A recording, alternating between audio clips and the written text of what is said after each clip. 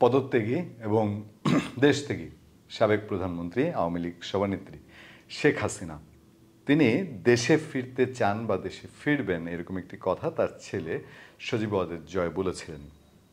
এবং সজীব ওয়াজেদ জয় ৩-৪ দিনের মধ্যে একবার একরকম কথা বলেছিলেন। তার মধ্যে একটি জায়গায় এসে তিনি শেষমেশ বলেছিলেন যে তার মা দেশ ছাড়তে চাননি। এটা হয়তো তাদের দলের নেতাকর্মীদেরকে চাঙা করার জন্য বা তাদেরকে উদ্বুদ্ধ করার জন্য। এখন শেখ হাসিনা সত্যি যদি দেশে ফিরতে চান বা তিনি যে রাজনীতিতে এখনও কিছুটা সক্রিয় তার কিছু প্রমাণ এর মধ্যে পাওয়া গেছে সেই দিল্লিতে বসে থেকে, সে নিয়ে আমরা আরেকটা কন্টেন্টে আলোচনা করব। কিন্তু তার দেশে ফেরা কতটা টাফ, কতটা কঠিন, এবং হয়তোবা ফিরতে পারেন, ফেরা হয়তো কঠিন না, কিন্তু দুঃখিত ফেরার পর তার পরিণতি, বাস্তবতা এবং বর্তমান রাজনৈতিক প্রেক্ষাপট এবং সরকারের বর্তমান অবস্থান, সেগুলো যদি একত্রিত করা যায় তাহলে এটা বোঝা খুব সহজ যে শেখ হাসিনা দেশে আসলে তার ভবিষ্যৎ পরিণতি আসলে কী হতে পারে। আমরা প্রথমেই খবরটি পেয়েছিলাম আমাদের এখন এই তত্ত্বাবধায়ক সরকার বলি আর এই অন্তর্বর্তীকালীন সরকার বলি, সেই সরকারের আইন উপদেষ্টা ডক্টর আসিফ নজরুলের কাছ থেকে। তিনি বলছিলেন শেখ হাসিনার বিচার হতে পারে আন্তর্জাতিক অপরাধ ট্রাইব্যুনালে। আইন উপদেষ্টা একটুখানি করে বলি, ছাত্র জনতা আন্দোলন ঘিরে ১ জুলাই থেকে ৫ আগস্ট পর্যন্ত যেসব হত্যাকাণ্ড ঘটেছে সেগুলোর জন্য নির্দেশদাতা হিসেবে সদ্য সাবেক প্রধানমন্ত্রী শেখ হাসিনার বিচার আন্তর্জাতিক অপরাধ ট্রাইব্যুনালে হতে পারে বলে অন্তর্বর্তী সরকারের আইন উপদেষ্টা অধ্যাপক আসিফ নজরুল জানিয়েছেন। তিনি সচিবালয়ে এক ব্রিফিংয়ে বলা যায় তিনি এই কথা বলেছেন। তিনি বলেছেন যে ১ থেকে ৫ আগস্ট পর্যন্ত ছাত্র জনতা আন্দোলনে সংঘটিত হত্যাকাণ্ডের ঘটনাগুলোর বিচার আন্তর্জাতিক অপরাধ ট্রাইব্যুনালে করা হবে। তিনি বলেন করা হবে নিশ্চিত সিদ্ধান্তের কথা জানাচ্ছেন। তিনি বলেন গণহত্যা, গুলিবর্ষণ এসব ঘটনার জন্য কিছু মামলা হয়েছে। রাজপথে থাকা বিভিন্ন ছাত্র সংগঠন, মানবাধিকার সংগঠন, জনগণের বিভিন্ন গোষ্ঠী প্রশ্ন করেছে এটাকে মানবতা বিরোধী অপরাধ হিসেবে বিচার করার সুযোগ আছে কিনা।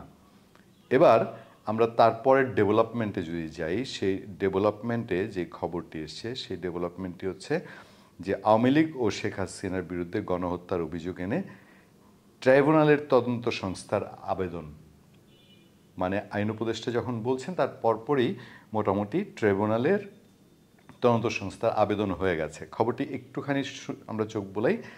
ছাত্র জনতার গণ আন্দোলনে ক্ষমতাচ্যুত প্রধানমন্ত্রী শেখ হাসিনার সাবেক প্রতিমন্ত্রী, পুলিশের সাবেক মহাপরিদর্শক এবং সংগঠক হিসেবে আওয়ামী লীগ, যুবলীগ, ছাত্রলীগ ও এর অঙ্গ সংগঠনগুলোর বিরুদ্ধে গণহত্যা ও মানবতা বিরোধী অপরাধের অভিযোগ দাখিল করা হয়েছে আন্তর্জাতিক অপরাধ ট্রাইব্যুনালের তদন্ত সংস্থায়।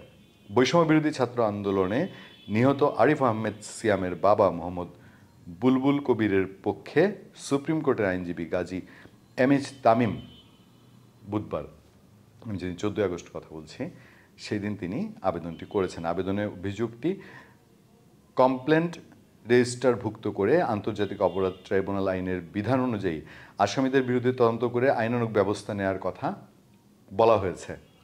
জানতে চাইলে তদন্ত সংস্থার উপপরিচালক আতাউর রহমান বিকেলে তিনি বলছেন মিডিয়াকে অভিযোগটি গ্রহণ করা হয়েছে, কার্যক্রম শুরু করা হয়েছে, অভিযোগ তদন্ত করা হবে। আমরা আর বিশদ এই আলোচনায় যেতে চাই না। একটি জায়গায় বলা হচ্ছে আবেদনের ঘটনার স্থান হিসাবে সমগ্র বাংলাদেশ উল্লেখ করা হয়েছে, আর ঘটনার তারিখ ও সময় হিসাবে 15 জুলাই মনে রাখবেন, যেদিন ছাত্রলীগ এই বৈষম্য বিরোধী ছাত্র আন্দোলনে আক্রমণ করেছিল। 15 জুলাই থেকে 5 আগস্ট যেদিন শেখ হাসিনা দেশ ছেড়ে চলে গেছেন, আওয়ামী লীগ ক্ষমতাচ্যুত হয়েছে, সেই 5 আগস্ট পর্যন্ত সময় বলা হয়েছে এবং ঘটনার তারিখে আহত হয়ে পরবর্তী সময়ে বিভিন্ন তারিখে নিহত হওয়ার কথা উল্লেখ করা হয়েছে। আমার কেবল মনে পড়ছে আওয়ামী লীগ সরকার ক্ষমতায় আসার পর মানবতা বিরোধী অপরাধে জামাত নেতাদের বিচার হয়ে শেষ পর্যন্ত তাদের অনেকের ফাঁসি হয়েছে।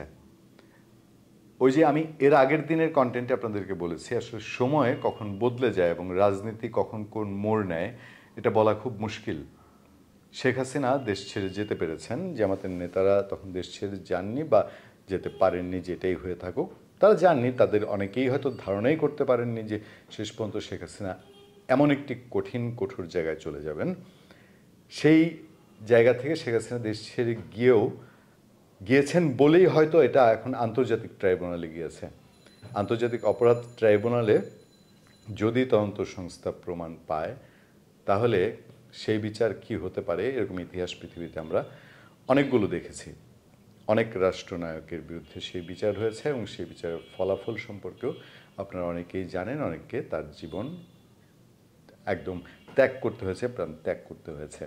এই জায়গায় এসে আমার বলার একটি জায়গা রয়েছে যে শেখ হাসিনা আগামী দিনে তার সিদ্ধান্ত কি নেবেন, বা তিনি কি ভারতেই থাকবেন কিনা, নাকি তিনি ভারত ছেড়ে যাবেন। ভারতে যদি থাকেন তাহলে আন্তর্জাতিক অপরাধ ট্রাইব্যুনাল যখন যদি এটি গ্রহণ হয়, আন্তর্জাতিক অপরাধ ট্রাইব্যুনালের বিচার শুরু হয়, তাহলে পরবর্তী রাজনীতি মেরুকরণ কি হবে। অনেক কিছুই সামনের দিনের জন্য অনেক জটিল হিসাব অপেক্ষা করছে। আমরা সেসব হিসাব দেখার অপেক্ষায়। ধন্যবাদ সবাইকে। ভালো থাকবেন, সুস্থ থাকবেন। সত্য, করুণা এবং সহনশীলতার সাথে আপনাদের সাথে সবসময় আছি আমি আতিক রহমান পূর্ণিয়া।